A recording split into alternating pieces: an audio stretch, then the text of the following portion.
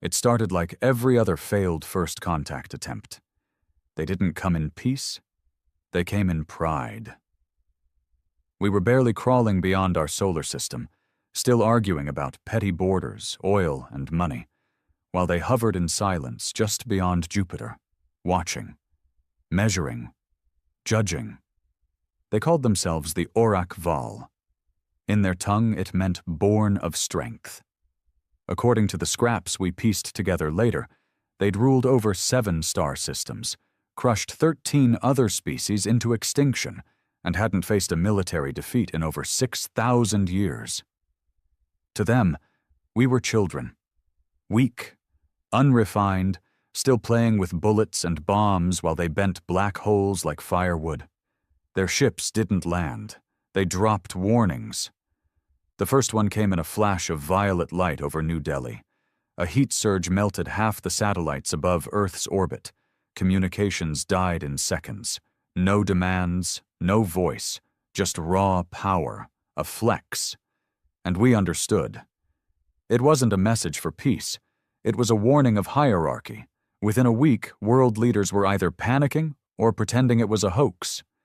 But when a second flash erased a naval fleet in the Pacific, without a single explosion or ripple in the water, the lie couldn't hold anymore. Then came Contact Day. They didn't step down like gods. No, they walked among us like farmers surveying a broken field. Tall, armored, silent. Muscles like coiled steel under black skin that shimmered with biotech implants. Their leader, if you could call it that, spoke through a translator embedded in its throat. "We are not here to conquer. We are here to correct." The words sent chills down my spine, not because of what they meant, but because of how calm they were. It was like hearing a butcher describe a pig before the knife came down. I was there.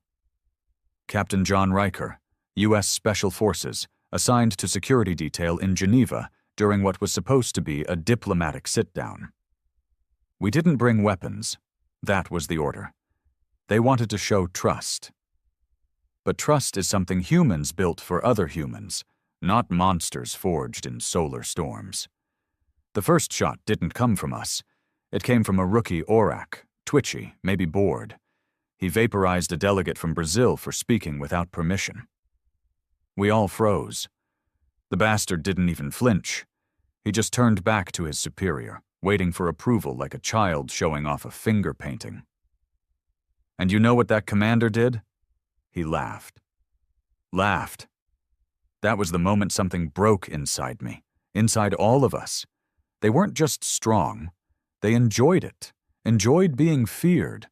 By the end of that week, they'd established centers of correction in major cities, places where humans were taken for re-education. Anyone resisting disappeared. Whole families vanished from suburbs overnight.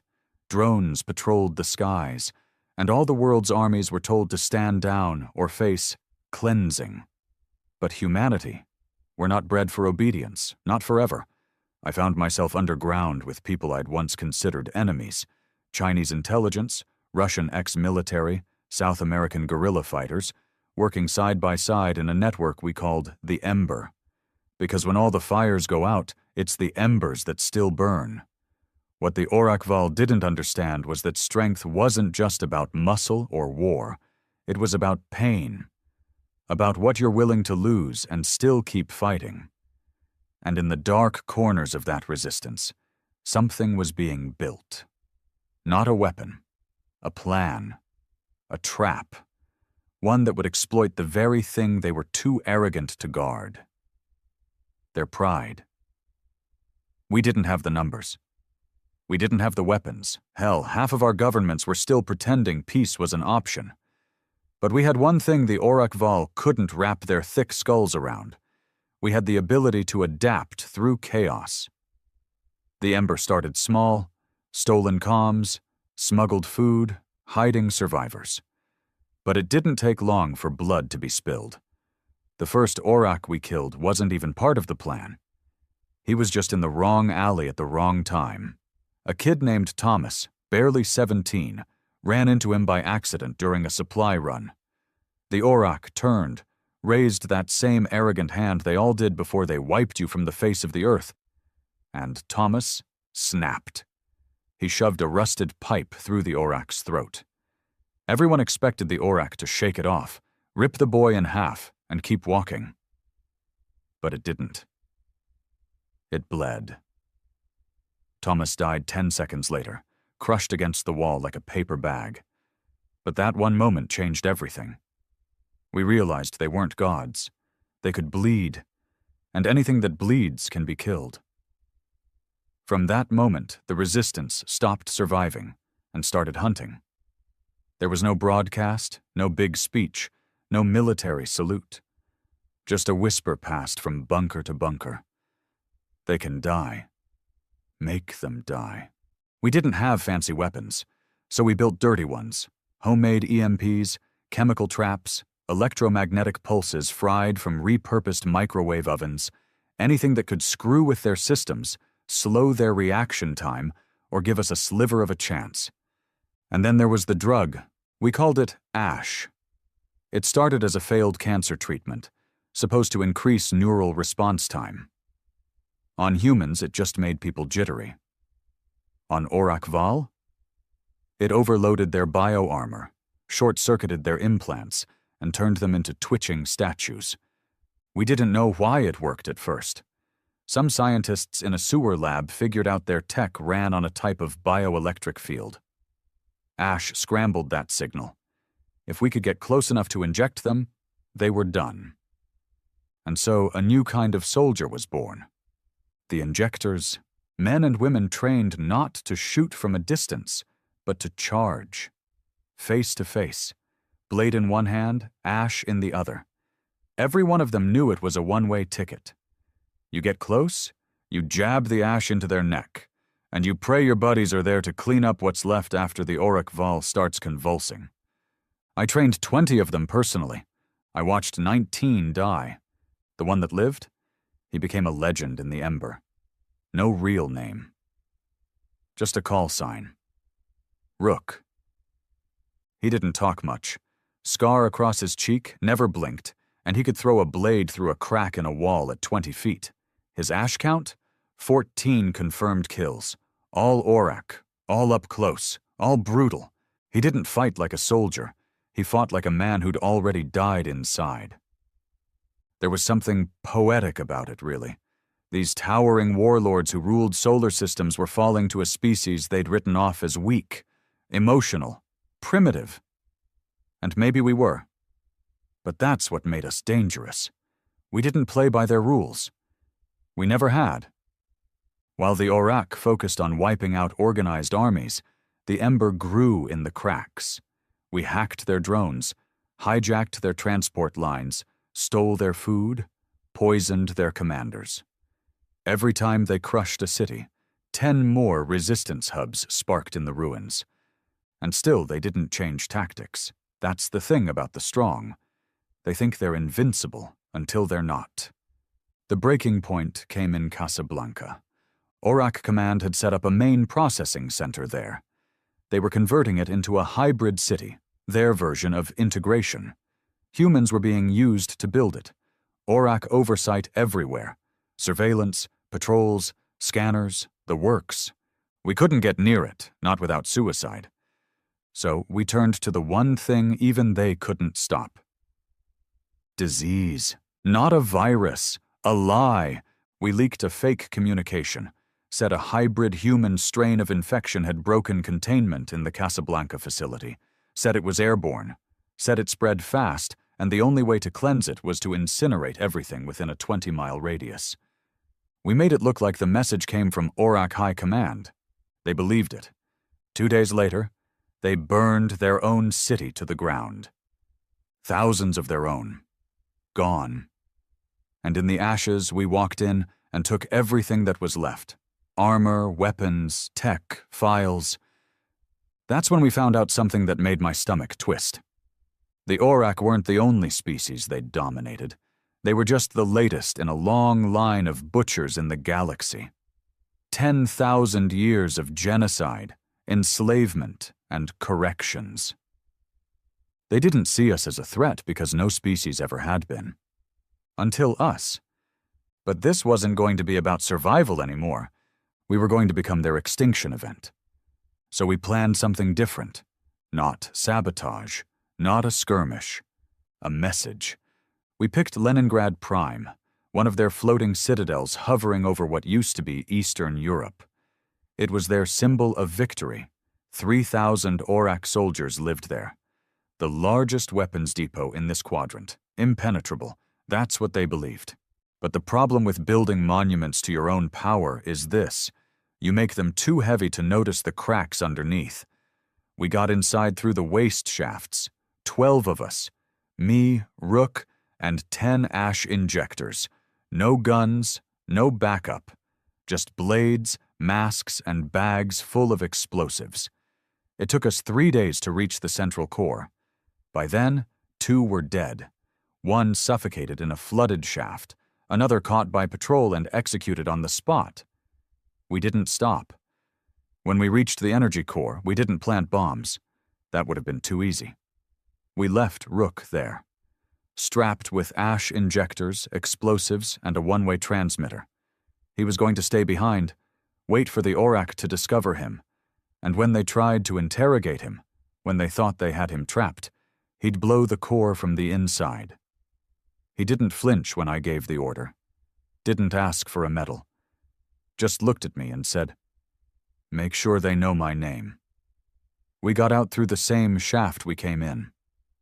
10 minutes later, the sky over Eastern Europe lit up like a second sun. Leningrad Prime was gone. Not damaged, gone.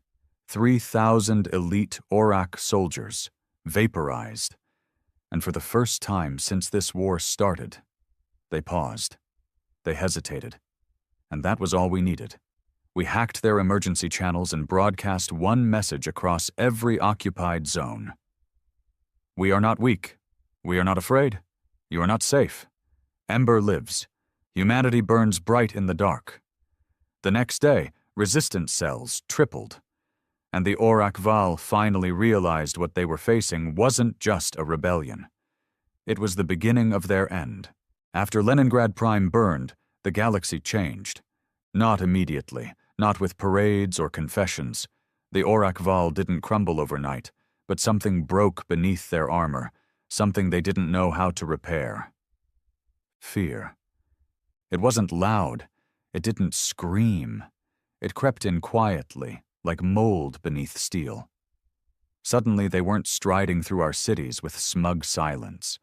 They were patrolling in squads, twitchy, overarmed, paranoid. We saw it in their eyes. Doubt. And we fed it. Every Ember cell went active. No more waiting in shadows. We attacked outposts, hijacked supply runs, and staged public executions of their officers. We left signs, human skulls marked with Ember's sigil, wired into their scanners, broadcasting one message over and over. We remember! I led Strike Cell 9, tasked with taking back the city of Johannesburg. What was left of it, anyway. The Aurak had turned it into a staging point, a central hub for retraining humans deemed rebellious. I'd seen the footage, men lined up in collars, children locked in what they called behavioral realignment chambers. They weren't fixing us. They were trying to unmake us. I wasn't going to let that stand.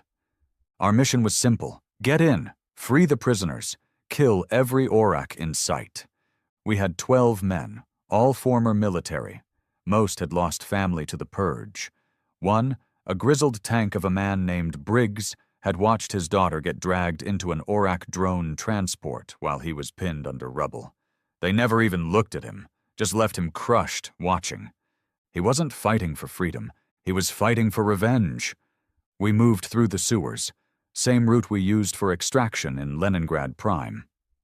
The Aurak thought they'd sealed the access points. Idiots forgot humans evolved in filth. The more broken the system, the more familiar it was to us. When we emerged beneath their main facility, we split into 2 teams. Briggs and I took the south wing. Jenkins, Ramirez, and the rest moved north to plant charges and shut down the security net. We reached the lower detention level without a hitch. What we saw there made my skin crawl. Hundreds of humans, naked, malnourished, plugged into some kind of VR system. Their eyes were open, twitching, unfocused. Some were murmuring, others drooled. The Aurak were rewiring them, not with tech, with ideology, feeding them false memories, rewriting history, purging resistance. One of them looked up at me, eyes glassy, called me Instructor Ral. That was the name of an Aurak officer we'd killed last month. They'd burned that name into this poor bastard's brain. I pulled the plug myself, shut down the grid. The body twitched, seized, then went still. But the look in his eyes as he died, that tiny spark of recognition, told me he was human again for a second. That's all we could give them. A second. We freed who we could, injected those too far gone. Quiet deaths, no pain. The ones who could walk followed us. We gave them knives, no point pretending they'd get therapy later. There wasn't going to be a later unless we carved it ourselves.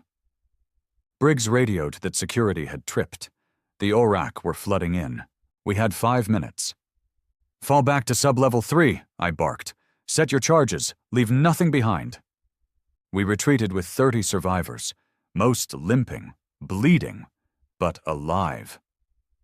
Then we heard the roar. It wasn't mechanical. It wasn't human. It was Aurak, the raw, primal scream of a warrior caste bred for slaughter. They'd unleashed a Dreadborn. These weren't standard Aurak soldiers. They were bio-enhanced berserkers, barely contained rage housed in armor 3 inches thick. They didn't speak. They didn't feel. They existed for one reason, eradication. We'd heard rumors. No cell had survived long enough to confirm one existed. Now we were about to meet one face to face. Briggs turned to me. "I got it." "No, you don't," I said. "That's not your job." "It is now." He shoved a plasma charge into my chest and nodded. "You get them out. I'll get its attention." I didn't have time to argue. The Dreadborn hit the corridor seconds later. We heard it before we saw it. Steel crushing concrete, a roar that turned your blood cold. Briggs turned the corner with 2 charges strapped to his chest and screamed, "Remember my girl, you metal bastards!" Then the hallway lit up. When we emerged from the ruins an hour later, Johannesburg was in flames, and not from us. The Dreadborn's internal core detonated when Briggs' charge hit. Took out 3 blocks. The Aurak reinforcements never came. They assumed it was a human bombing. They were right. But it was also a symbol. One man. One spark. One explosion. That night we broadcast a message from the ruins. "You built prisons. We turned them into graves. The ember rises." From that moment we weren't just a resistance. We were a movement. And the galaxy was watching. I didn't know it then, but human broadcasts had been leaking beyond our system. Some of the enslaved species under Aurak rule were listening. Quietly, secretly, hoping. One of them reached out. The message was garbled, laced with static and fear, but the voice was clear. "We see what you do. Teach us." The species called themselves the Draek. Insectoid, hive-minded, once warriors themselves before the Aurak shattered their queens and turned them into labor drones. They sent schematics, routes, codes, everything we needed to launch coordinated strikes in the outer colonies. And for the first time, humanity became more than a species. We became a symbol. The galaxy didn't want perfection. It wanted fire, fury, resistance, and that's what we gave them. But symbols come with a price. The Aurak Val Council declared total purge protocol. No more re-education, no more prisons, just cleansing. Every city with human habitation was marked for incineration, and their first target was New Chicago, one of the last standing free cities. 3 million lives. No Ember presence, no defenses, just time. I received the coordinates at 0200 hours. They were sending a Judicator-class vessel, massive, armored, capable of planetary-level plasma strikes, arrival in 48 hours. I stared at the report for a full minute. Then I called every Ember commander worldwide. "This is it," I said. "We hit them in the sky or we die in the dirt." We had no fleet, no air power, but we had stolen tech, and we had suicide pilots. The plan was insane. Hijack 3 Aurak dropships, load them with plasma bombs, send them up into the Judicator's flight path. One got shot down on launch. Another drifted too far east. Only the third made contact. It was piloted by a man named Carver. He was blind in one eye, 72 years old. Used to be a janitor at NASA. He radioed in as he locked course. "They called us monkeys once," he laughed. "Guess this monkey learned how to fly." Then he vanished into the sky.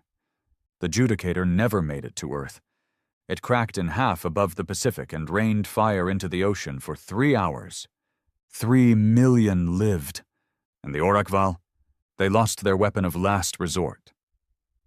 That was the first time I allowed myself to believe we might actually win. Not because we were stronger, but because we were human. And that was enough. We thought Earth would be the battleground. We were wrong. It became the rally point. The Aurakval didn't just fear what we were doing on Earth. They feared what we'd become. Something unmanageable. Something uncontainable. Something viral. The minute we took down the Judicator-class ship, things changed. Not just on our planet. Across the systems they ruled with iron fists and scorched moons. Other species began broadcasting encrypted signals, praying someone was out there. And someone was. United States. The Dryak Hive was the first to act. Under the Aurak's rule, they'd been lobotomized into obedience, fed drugged pollen, forced to work in mining colonies beneath the volcanic belts of Kator 9. They hadn't seen free sky in over a generation. But after our message reached them, one of their engineers, just one, rewired a coolant system into an explosive device. Blew open an entire underground complex. 3,000 drones escaped. That's how it started. Then the Yanari spoke out. Pale-skinned humanoids, eyes glowing like coals, their whole culture based on silence and service. The Aurak had stolen their voices with neural implants, but the Ember's message was visual. Fire, action, revolution. They didn't need words. They hacked their own suppression systems, unleashed their psionic power for the first time in centuries. 2 Aurak battalions were turned into meat sculptures before they even drew a weapon. Then came the Grolax, huge, slow-moving beasts with skin like granite. The Aurak used them as mobile shields. We used them as living battering rams. They defected in waves, crushing their Aurak commanders beneath feet the size of Earth trucks. They didn't speak, didn't plan. They just saw the tide turning and chose the winning side. One by one, system by system, sparks flew, and Ember grew into something bigger. We called it the Ash Concordat, a coalition of species bound not by diplomacy, but by shared hatred, by shared scars. But there was a problem. We were winning hearts, not wars. The Aurakval still had fleets, armies, superweapons, and we were stretched thin, bleeding fighters faster than we could recruit them. We needed something big, not just a message, a strike. We turned our eyes toward Veilcor, the Aurak homeworld. No one had touched it in 10,000 years. It was surrounded by asteroid defenses, cloaked mines, warp jammers. But deep in our resistance network, we had a mole. a nameless source. No voice, just text relays through a Draek translator. They called themselves Carnies, and they gave us everything. The codes, the weak points, the rotation patterns of their planetary shields. Carnis wasn't just some rebel. He was high in their ranks. Too high. I didn't trust him, but we didn't have time to second guess. We built Operation Pyre, a 3-front assault meant to punch a hole through their outer defenses and deliver one thing: Rook's Blade. The weapon was forged from recovered Aurak tech, bonded with a human neurocore, and powered by the Ash Serum. It was designed for one purpose: to cut through their command center and collapse their neural grid, the network linking their officers in real time across the galaxy. We didn't have a fleet, so we built a Trojan horse, a Draek mining vessel, gutted and rebuilt with stealth plating, carrying 12 soldiers, 1 psionic bomb, and the blade. I led them personally. We called it the Ember Fang. We left orbit in silence. No send-off. No banners. Only silence. Because if we failed, there wouldn't be anything left to come back to. The trip took 5 days. Every hour, one of the crew died. Radiation leaks, infections, malfunctions. We patched wounds with gauze soaked in coolant and prayers whispered to gods we didn't believe in anymore. By the time we reached Veilcor's orbit, only 5 of us remained. And their sky was already burning. The Concordat had launched distraction raids across the system, Growlax slamming into orbital platforms, Yanari blinking through shadows, carving flesh from bone, the Draek detonating suicide bombs in their mineral silos. All to buy us one shot. We used it. Dropped from orbit in an old escape pod wrapped in a cloaking field, crashed 3 miles from their grand citadel, the heart of their command nexus. Everything we saw along the way burned into my mind. Piles of alien corpses, monuments made of bones, children wired into databanks. This wasn't a civilization. It was a machine of conquest, fueled by pain. We didn't stop, didn't rest, didn't breathe. We reached the Citadel gates in 6 hours, fought through 10 patrols, and lost 3 men in the process. That left 2 of us, me, and a woman named Kyle. Yennery rogue, eyes like fire, scars like topography maps. She'd lost her entire bloodline to an Aurak cleansing in the Varnish Nebula. She didn't fight for honor. She fought for erasure. We stormed the command floor, 30 Aurak officers, 20 seconds of fire. Then silence. The neural grid was right there, pulsing, humming, alive. We planted the blade, but the system fought back. Carnis's codes failed. The firewall was alive, eye-based, pulsing, aware. Kyle stepped forward, dropped her weapon, and whispered something in her language I didn't understand. Then she grabbed the neural core with bare hands and pushed. Psionic feedback fried the entire room. She collapsed, bleeding from her eyes. But the firewall? Gone. I drove the blade in, and the grid shattered. Across the galaxy, Aurak command units went dark. Orders stopped. Coordination failed. Entire fleets drifted aimlessly. We didn't win with fire. We won by cutting the head off the beast. That night, the Ash Concordat declared victory, but I didn't feel it. I sat by Kale's side as her breath slowed, her body twitching in the aftermath of the overload. She smiled and said, "Now they can suffer like we did." Then she was gone.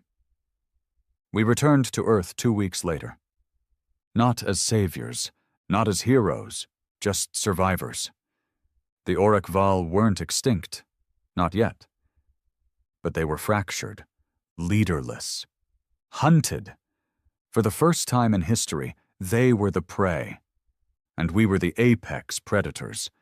The galaxy had shifted, and it would never forget the day the strongest species met humanity, and history took a turn. Victory was a funny thing. We expected fireworks, celebrations, unified cheers rising from a dozen liberated species. But what we got was silence. Dead silence, the kind that creeps into the bones after the last scream fades and there's no more blood left to spill. The Aurakval didn't die overnight. They splintered.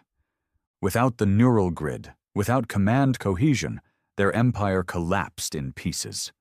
Whole units went rogue. Some tried to bargain, trading coordinates for amnesty. Others turned to piracy, brutalizing fringe worlds out of pure instinct. And a few just vanished, disappeared into deep space. We didn't chase them, not yet. We had too much to clean up. Whole planets needed rebuilding. Supply chains had to be restored.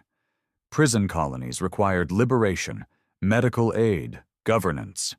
It was chaos, the kind of chaos that power-hungry men crawl out of their holes to feed on. And that's when the real war started. Not against the Aurak, against ourselves.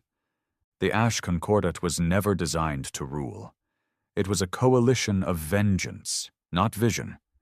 Every species wanted something different. The Yanari pushed for silence-based psionic governance, a council of thought-sharers that humans couldn't even communicate with. The Dra'ek wanted hive dominance restored, entire planets ruled by queen mothers bred in secrecy. The Grolax didn't care who ruled, as long as they had food and somewhere to stomp. And then there was humanity. United States. We were scattered, traumatized, drunk on survival. Ember had grown so fast, so far, it didn't know how to lead. It only knew how to burn. And I was still being called a general, still being asked for orders. I hadn't slept more than 4 hours in weeks.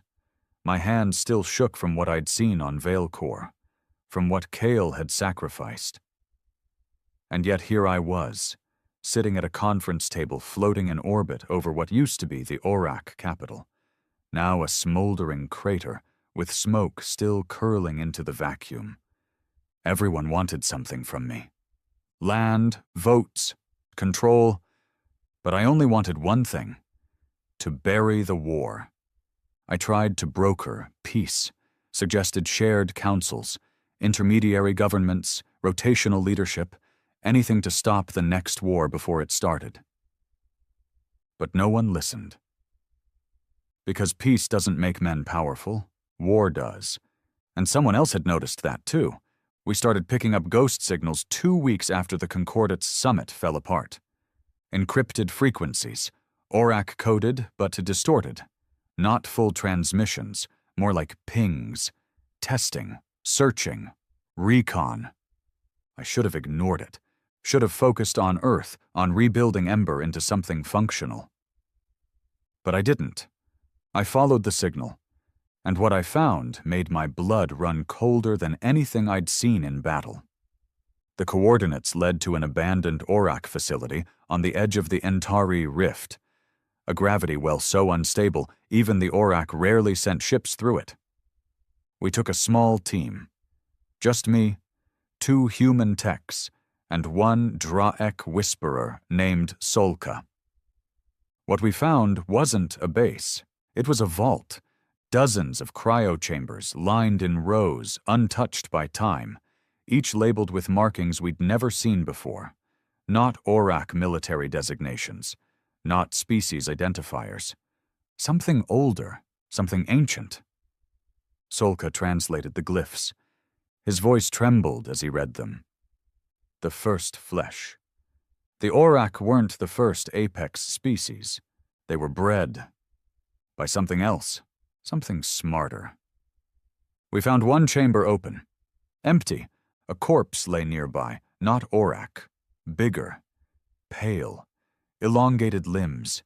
Needle-thin bones. Skin like stretched wax. And in its hand, a device. Half organic. Pulsing softly. It activated when we touched it. Broadcast a signal in a frequency so deep it made our teeth ache. We tried to jam it. Failed. By the time we got back to the ship, something had already responded.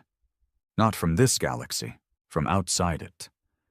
A new threat, older, patient, and very, very awake.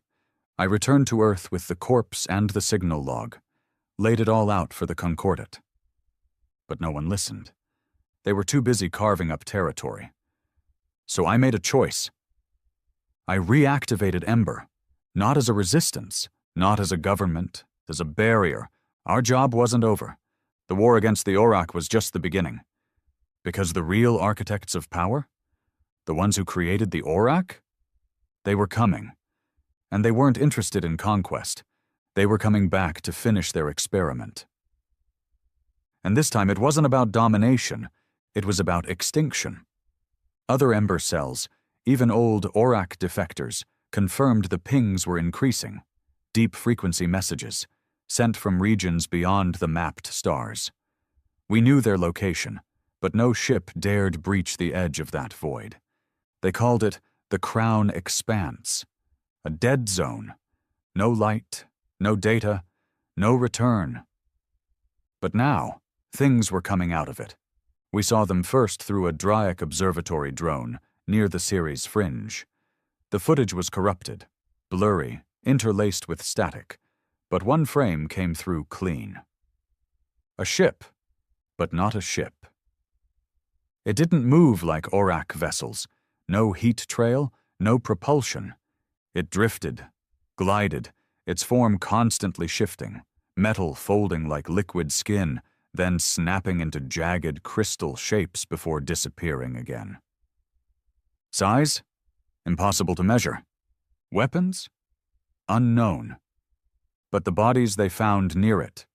12 patrol drones, vaporized. One human reconnaissance vessel, sliced in half at the atomic level. No signs of energy weapons, no known tech residue. Just precision, like something dissecting a lab rat. The Council still denied it, called it sensor error, panic bait. But we knew. The thing in that footage wasn't a probe. It was a scout. And where there are scouts, there's a fleet. I pulled together my old strike team, the few who were still breathing.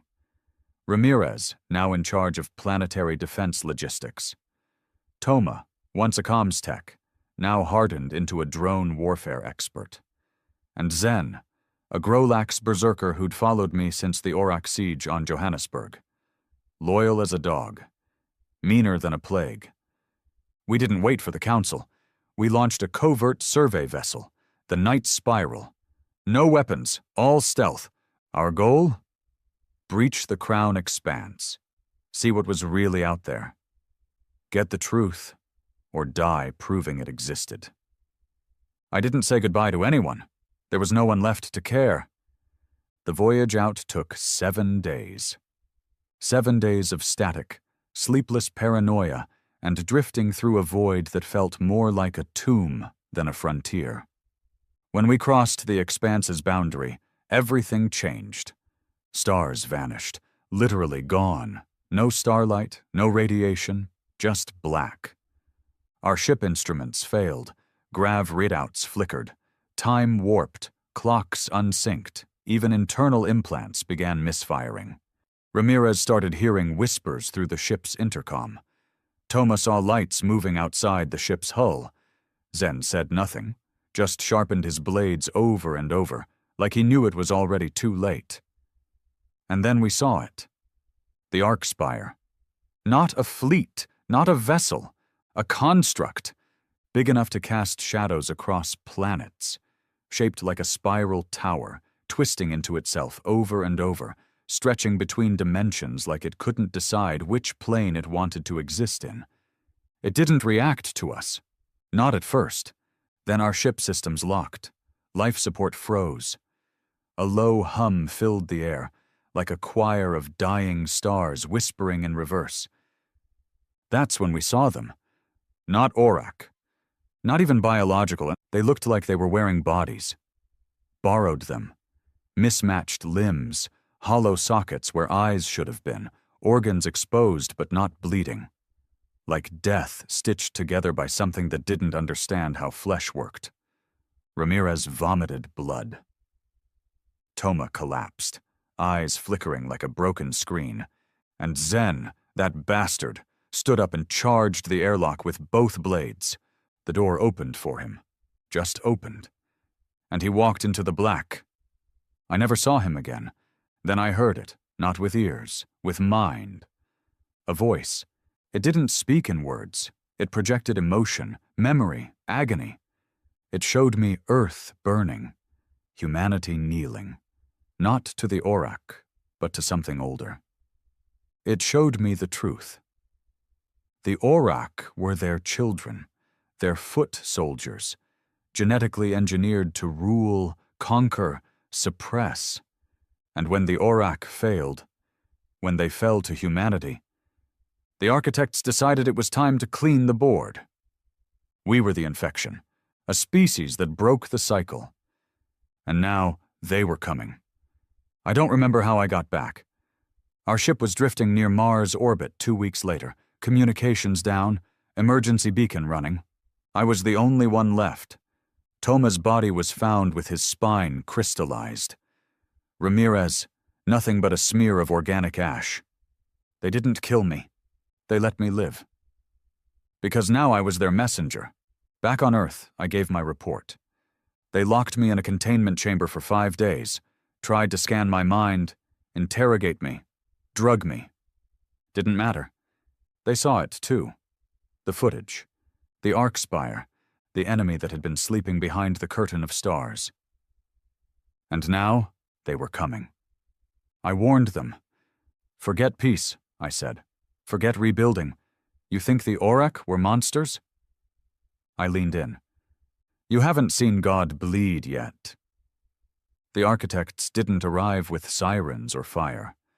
They came like a rumor, a chill, a silence that no one could explain. Earth's orbit had been quiet for weeks. No Aurak remnants, no concordate fleets, just the routine hum of supply drones and false security. Then a moon blinked out. Not exploded, not vaporized. Gone. The Draek colony on Lunaris 4 sent its last signal at 0400 hours Earth time. A distress call filled with overlapping screams, scrambled video feeds, and a single repeating word from a voice not its own. Correction. By dawn, 6 colonies were offline, and Earth still did nothing. The Council was fractured. Every species was pulling resources back to its own system. Treaties were evaporating. The Ash Concordate was a name now, not a government. No one could agree on who had jurisdiction, who had authority, who had the guts to lead. So they turned to me. Again. General John Riker, the war criminal, the resistance symbol, the last living bastard who kept surviving. I didn't want the title, didn't ask for it. But someone had to stop the bleeding. We formed a new war council in the old Ember Citadel. This time, no flags, no pledges, just survivors, fighters, species with nothing left to lose. I had one goal: build a wall around Earth. Not metaphorically, physically. We called it the Bastion Protocol. Layered defense grids, orbital plasma traps, magnetic shields powered by every planet in the inner solar system. Earth would become the last bunker. Because we knew, if the architects reached Earth, it wouldn't be a battle. It'd be an extinction. The Concordate sent scraps, ships they could spare, engineers, one last Grolax battalion, even some Yanari mind-seers, pale and shaking from visions they couldn't explain. We had 12 days. That was the estimate given by Draek math threads, based on extrapolated signal patterns. 12 days before the first wave reached us. We worked like animals. Every hour counted. No sleep.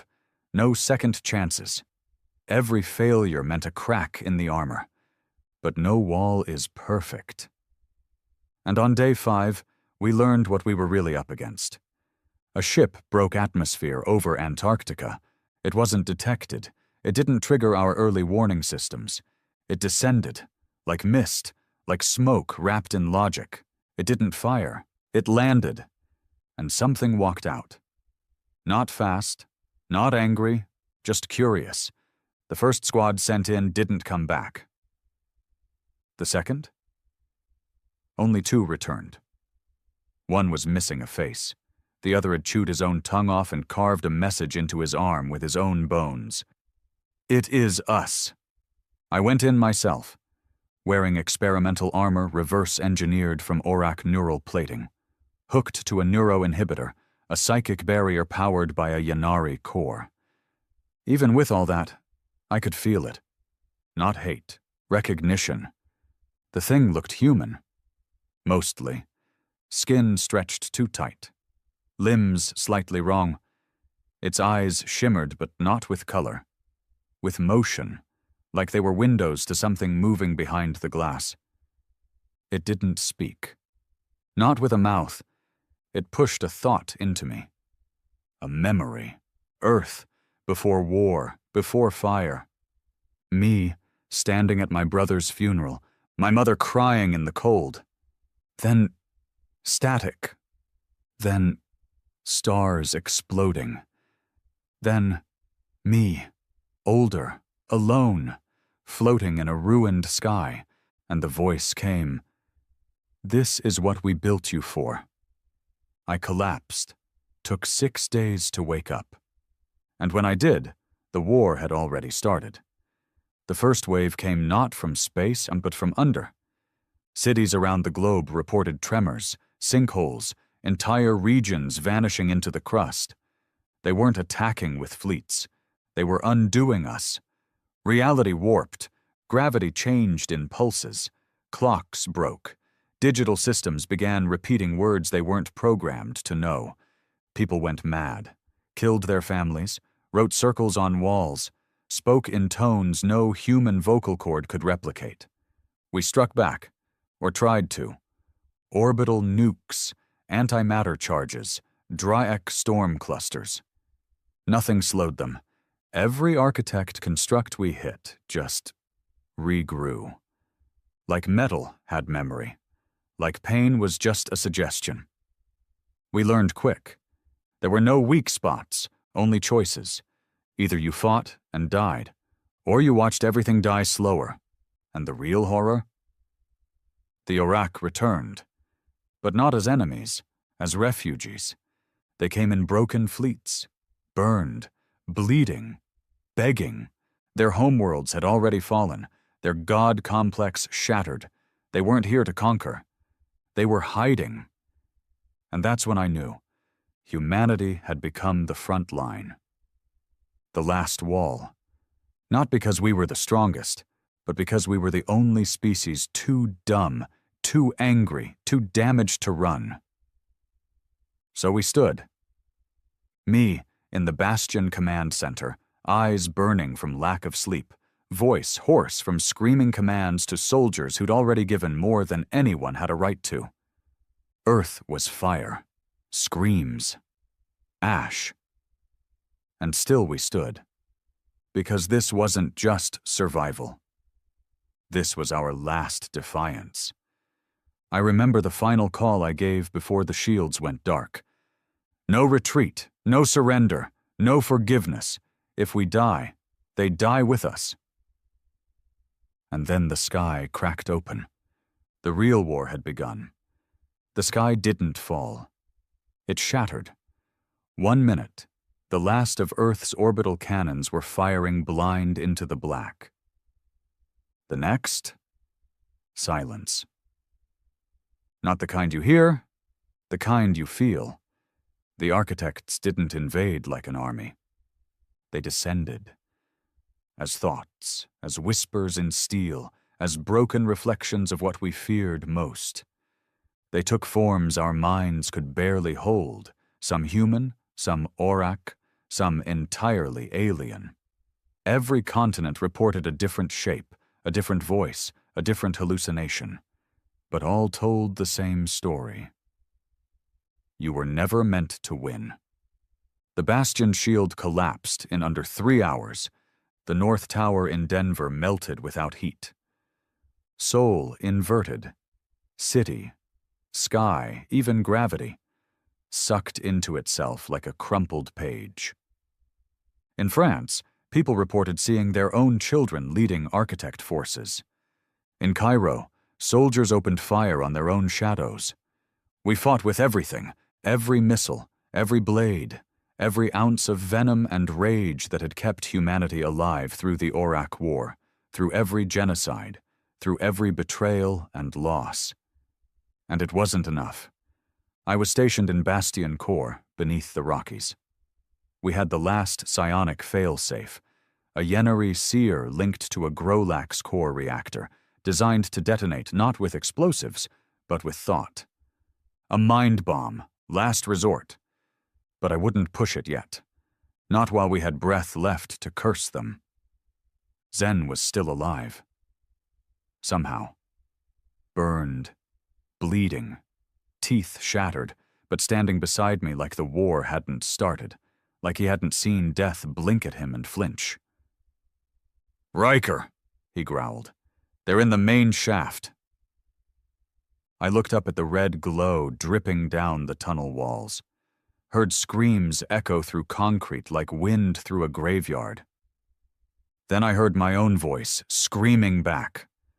Not through speakers, through their mouths. The architects had learned our language, our pain, our faces. I stepped into the corridor, gun raised, but I didn't shoot. Not at first. The thing facing me looked like my brother, the one who died before the war ever started. His face was right, his voice perfect, but his eyes? Still, unblinking. Wrong.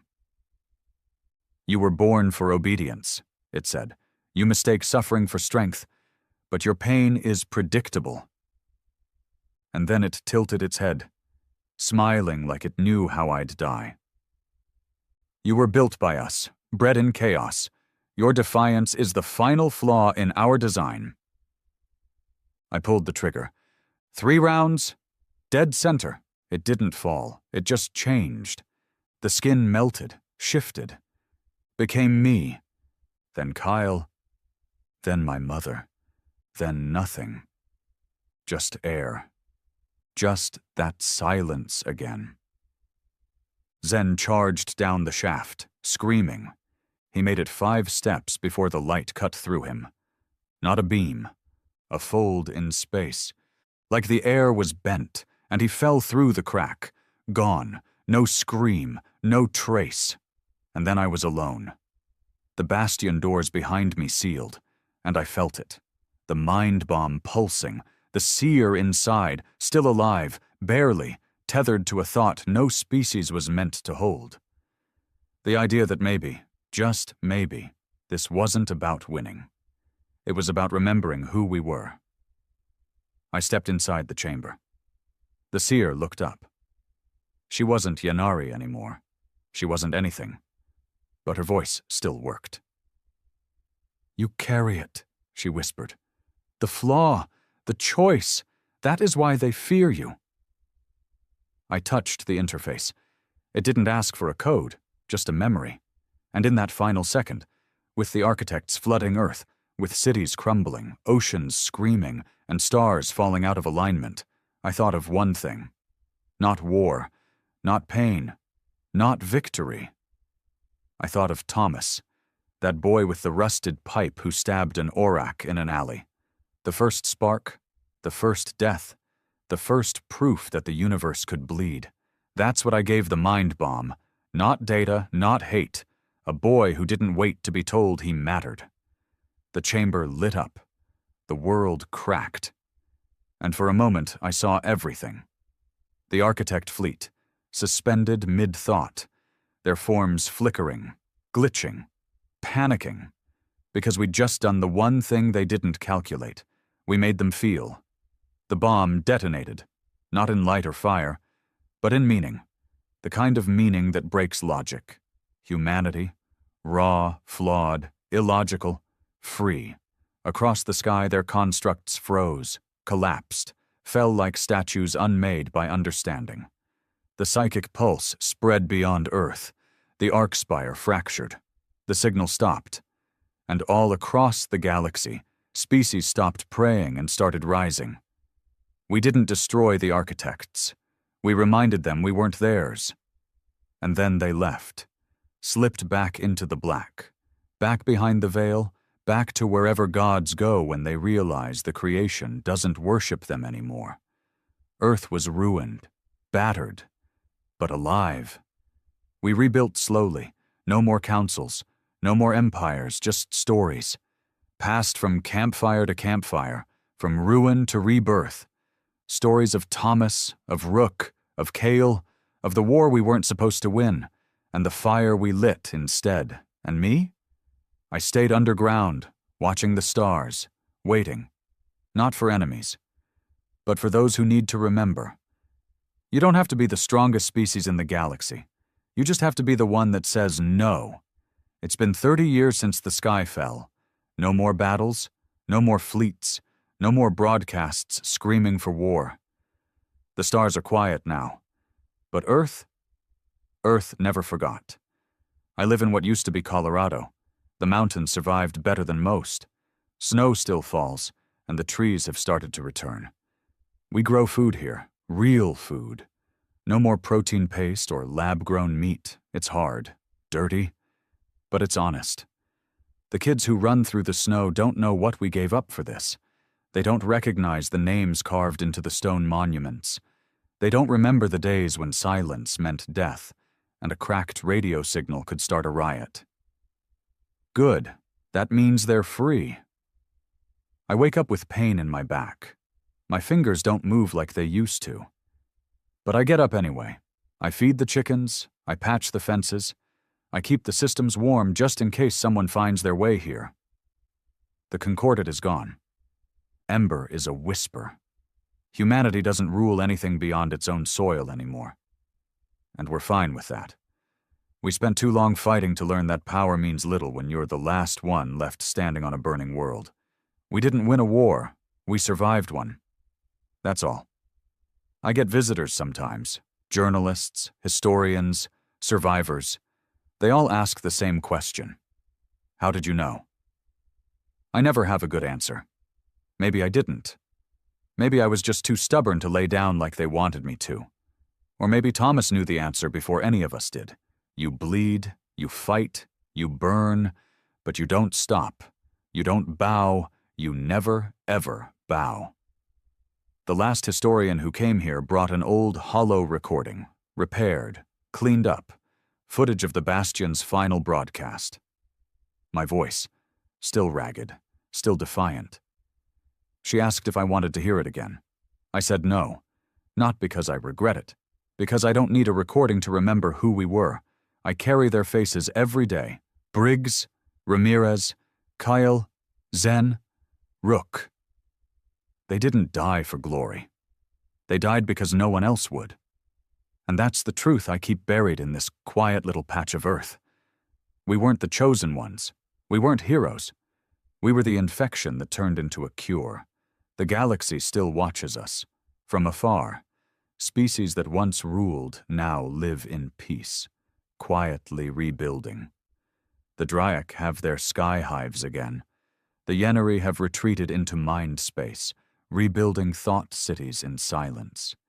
Even the Auract, those few who chose not to die with their empire, live among us, not feared, not followed, just there, trying to understand how the species they tried to correct ended up rewriting the script. We don't hold grudges, but we don't forget either. Every year, on Ash Day, we light fires, not to mourn, to remember. There's a boy in the village, quiet, always fixing things. The others tease him, call him strange. He reminds me of Thomas, the spark behind the eyes, the anger that hasn't found its shape yet. I keep an eye on him, because history doesn't need to repeat, but it does need a witness. One day someone will come again. Maybe not the architects, maybe not an empire, But someone, something, always comes. And when they do, we'll be ready. Not with fleets, not with bombs, with memory, with will, with the same flaw that turned us from prey into predators. Choice. I sit on my porch every evening, watching the stars blink into place, and I smile, because no matter what comes next, we already proved the point. We were supposed to kneel. We stood. That was enough. That will always be enough.